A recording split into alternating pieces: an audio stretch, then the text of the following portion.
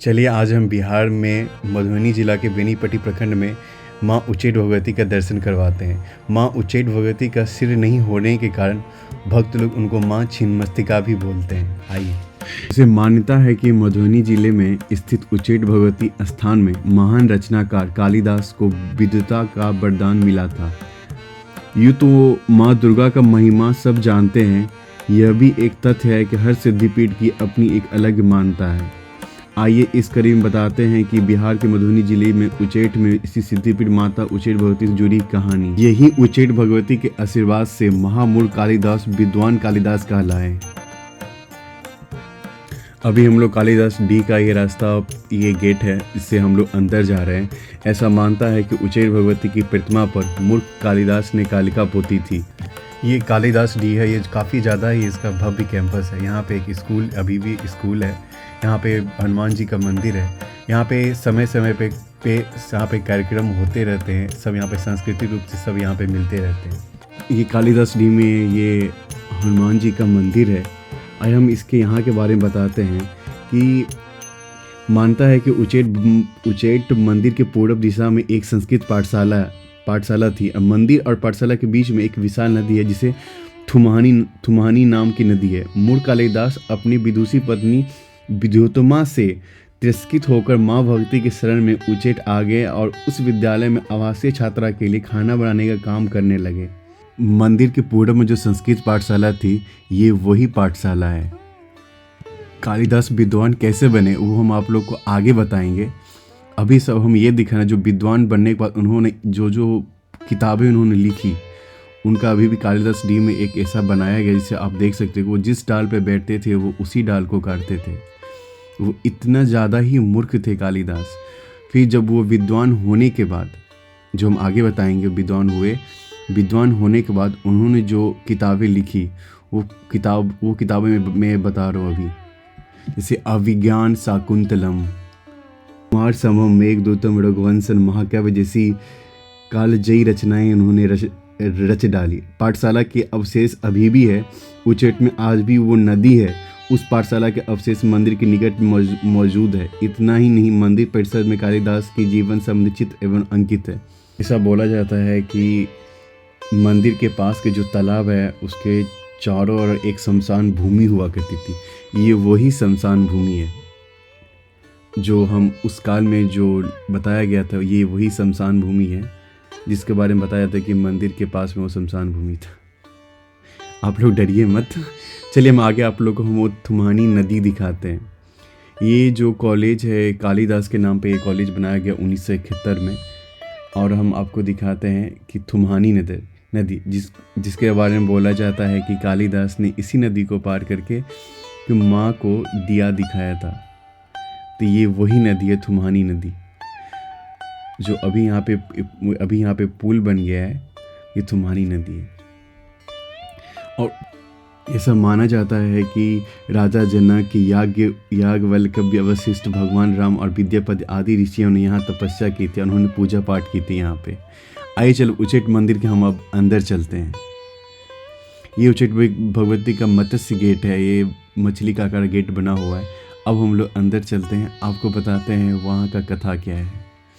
ये आप जब अंदर आप जाएंगे तो ऐसे ही देखेंगे बहुत सारे दुकान लगे हुए हैं जिसमें आप कुछ ऐसा जो आप जैसे मेले में जो सामान मिलता है वो आपको हमेशा मिलता हुआ नज़र आएगा। तो इस साइड से जाने का है, उस साइड से आने का है। ये जो दोनों के बीच में जो है, यहाँ पे ऋषि मुनि का को आप दर्शन कर सकते हैं। ये सारे के सारे ऋषि मुनि को ये किया गया। अब हम मंदिर के अंदर चलते हैं। अब वहाँ का हम आप लोग को कथा बताते हैं कि आगे का मंदिर का कथा क्या है। तो हम बीच में अपना पूजा भी करते रहेंगे। जब मूर्ख कालिदास अपनी विदुषी पत्नी विद्योत्तमा से तिरस्कृत होकर माँ भगवती के शरण में उच्चैठ आ गए और उस विद्यालय के आवासीय छात्रों के लिए खाना बनाने का काम करने लगे। विद्यालय के छात्र काली मंदिर में हर रोज शाम में दीप जलाते थे, लेकिन एक बार जब नदी में भयंकर बाढ़ आ गई तो पानी के तेज बहाव के चलते छात्रों ने काली मंदिर जाने से मना कर दिया। छात्रों ने कालिदास को महामूर्ख जान उससे मंदिर में दीप जलाने का आदेश दिया। साथ ही छात्रों ने मंदिर की कोई निशानी लाने को कहा ताकि ये साबित हो सके कि वो मंदिर तक पहुंचा था। ऐसा कहा जाता है कि कालिदास झट से नदी में कूद पड़े और किसी तरह तैरते डूबते मंदिर पहुंचकर दीपक जलाए और पूजा अभिषेक की। जब निशान छोड़ने की बात आई तो उन्होंने दीप की कालिका को हाथ पर लगाया और माता की प्रतिमा पर कालिका लेप दिया। उसी समय माता प्रकट हुई और बोली, रे मूर्ख कालिदास, आपको इतने बड़े मंदिर में कोई और जगह नहीं मिला और यह बाढ़ और घनघोर बारिश में जीवन जोखिम में डालकर तुम्हें दिया हैं कि इस घटना से मां कालिदास पर दया आ गई और मां ने प्रकट होकर है यह से बरदान मांगी। मैं तुम्हारी कालिदास ने अपनी पत्नी से तिरस्कृत होने की कहानी मां काली को सुनाई और कालिदास की कहानी सुनकर भगवती काली द्रवित हो गई और उन्होंने कालिदास को वरदान दिया कि वो उस रात जितनी भी पुस्तकें को स्पर्श कर देंगे वो उन्हें याद हो जाएगा। कालिदास आवासीय परिसर लौटे और सारे छात्रों की सभी किताबें को उलट पलट दिया। इसके बाद कालिदास महामुख से महान विद्वान कालिदास बन गए। इसके बाद उन्होंने अभिज्ञान, शाकुंतलम, कुमार संभव, मेघदूत और रघुवंश, महाकाव्य जैसी कालिदास रचनाएं रच डाली। पाठशाला के अवशेष अभी भी उचेट में आज भी वो नदी है उस पाठशाला अवशेष मंदिर के निकट मौजूद है जो मैंने आपको दिखाया था कि वहाँ का अवशेष सब के आप देख सकते हैं कि वो जो नदी था, जो शमशान था, जो वहाँ के संस्कृत विद्यालय था, आप सब देख सकते हैं। आइए हम पूजा कर लेते हैं। पूजा करने के बाद यहाँ पे जो कीर्तन चल रहा है, जहाँ पे सब कीर्तन चल रहा है भव्य आरती होने से पहले, उस कीर्तन का भी हम बहुत सारा झलक आप लोग के साथ शेयर करेंगे। तो हम पूजा कर लिए, अब देखते हैं आगे।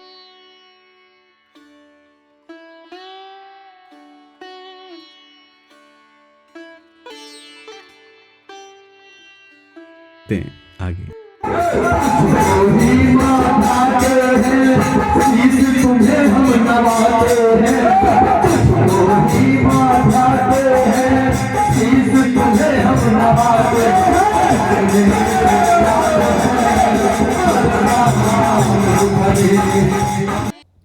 तो अब वो समय आ गया है कि माँ का आपको बहुत अच्छे से दर्शन कराने का। अभी शाम का समय हो चुका है तो हम आपको माँ का बहुत अच्छे से दर्शन करवा रहे हैं। तो उच्चैठ दुर्गा स्थान को शक्तिपीठों में भी गिना जाता है, इसलिए लोग यहाँ तांत्रिक सिद्धियों के लिए भी आते हैं। देवी भगवती की मूर्ति एक काले पत्थर पर खुदी हुई है। माता का केवल कंधा भाग ही दिखाई देता है। सिर न होने के कारण इन्हें छिन्नमस्तिका दुर्गा भी कहा जाता है। देवी की मूर्ति की चार भुजाएं हैं। उनके बाएं दो हाथों में कमल का फूल और गदा है और उसके नीचे बजरंगबली की मूर्ति है। इसी तरह उनके दाहिनी दोनों हाथों में चक्र और त्रिशूल है और उसके नीचे देवी काली की मूर्ति है। उसके नीचे मछली की आकृति है और चक्र के प्रतीक है। उसके बाएं पैर पर भगवती सिंह के शीर्ष पर कमल मुद्रा में विराजमान है। तो ये आप देख सकते हैं कि आप अभी माँ काली, ये जो माँ काली को प्रणाम कर रहे हैं, अभी हम आपको माँ काली का दर्शन करवाएंगे। चूँकि अभी श्रृंगार हुआ है तो अभी हम वो सब कुछ तो दिखा नहीं सकते हैं, पर ये शेर है, शेर की सवारी की ये माँ काली है, आप इनका दर्शन कर सकते हैं। जो यहाँ ये माँ काली हैं तो आप दर्शन कर सकते हैं। तो अभी हम लोग जो कीर्तन हो रहे, जो भजन हो रहे, जो हर रविवार को होता है, जो वहाँ की श्रृंगार समिति के लोग हैं उनके द्वारा हर रविवार यहाँ पे बलि प्रदान होता है। अब चलिए भगवान के कीर्तन में हम लोग थोड़ा देर समय गुजारते हैं।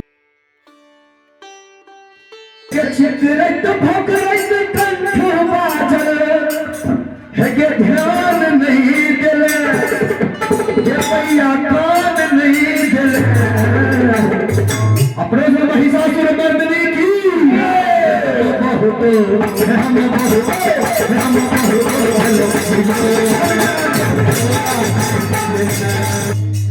एक तो अपन जान पहाड़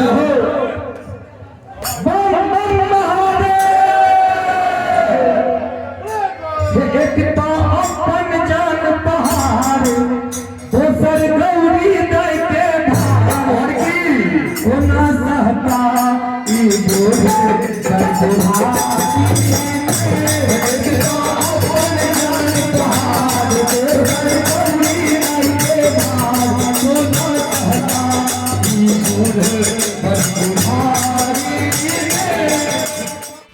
अब पूरा मंदिर कैंपस में घूमते हैं। तो ये मंदिर के भगवती मंदिर के आगे में ये सब है। पंचमुखी महादेव जी का मंदिर है। अब यहाँ से पूजा करके बगल में एक हनुमान जी का मंदिर है, हमने यहाँ पे भी पूजा किया। जो अभी यहाँ पे है, यहाँ पे यज्ञ होते हैं, आप यहाँ पे जा सकते हो। अब बहुत समय देखोगे यहाँ पे यज्ञ सब होता रहता है, ठीक है। फिर हम लोग आगे से जो यहाँ पे जो मंदिर सब है उस सब में हम लोग जाके अपना पूजा करेंगे। तो हम आपको सारे के सारे दिखाएंगे कि भाई यहाँ पे जितने हर जगह पे पूजा हो रहे, तो इतने सारे मंदिर हैं यहाँ पे, सब में हमने पूजा किया। ऐसा बोला जाता है कि भगवान श्री रामचंद्र जी ने भी जनकपुर जाने के क्रम में यहाँ पे पूजा किया हुआ था। यहाँ पे जितने बहुत बड़े बड़े संत लोग थे, विद्यापति, उन्होंने सब ने आके यहाँ पे अपना तपस्या अपना उन्होंने पूजा किया हुआ है। ये बहुत ज़्यादा ही भव्य है। और ऐसा बोला जाता है कि यहाँ जो कोई भी आता, कोई भी खाली हाथ नहीं जाता है। तो आपको इधर यहाँ पे आना है तो बिहार आना पड़ेगा। बिहार में पटना से आप मधुबनी आ सकते हैं। मधुबनी से बेनीपट्टी के लिए हमें बेनीपट्टी है, आप बेनीपट्टी आ सकते हैं। यहाँ पे हमेशा आपको यहाँ पे आने के लिए आपको हमेशा कि ट्रांसपोर्टेशन का बहुत अच्छा सुविधा है। हम अपने वीडियो में लोकेशन भी प्रोवाइड करने का कोशिश करेंगे। आप हमेशा यहाँ पे आ सकते हो और अब यहाँ पे आ सकते हैं बेनीपट्टी में। ठहरने के लिए आप बेनीपट्टी में रुक सकते हैं। आसपास में बहुत रामायण से जुड़े हुए बहुत सारे ऐसे ऐतिहासिक जगह हैं, आप जा सकते हैं। सबसे ज़्यादा ज़रूरी उच्चैठ भगवती का आरती, ये पूरा दर्शन है श्रृंगार का। अब हम आप लोग को उच्चैठ भगवती का आरती दिखाते, भव्य आरती का आनंद।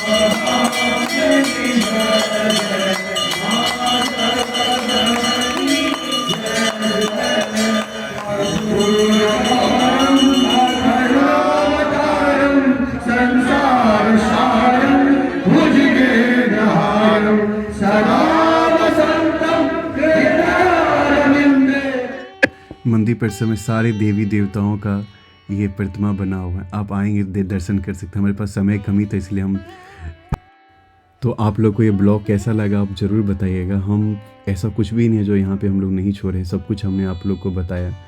हो सके तो चैनल को सब्सक्राइब कर दीजिएगा और हम उम्मीद करते हैं कि हम भविष्य में फिर से एक ब्लॉग बनाएंगे और हम एक बहुत अच्छा से एक ब्लॉग बनाएंगे। यहाँ पर जो स्पेशली जो लेडीज़ लोग के लिए, उन लोग के लिए विशेष ये जगह होता है कि आप अगर आप जो भी अब लेना चाहिए यहाँ पे सब कुछ अवेलेबल है आपके लिए, चूड़ी लहठी, ठीक है।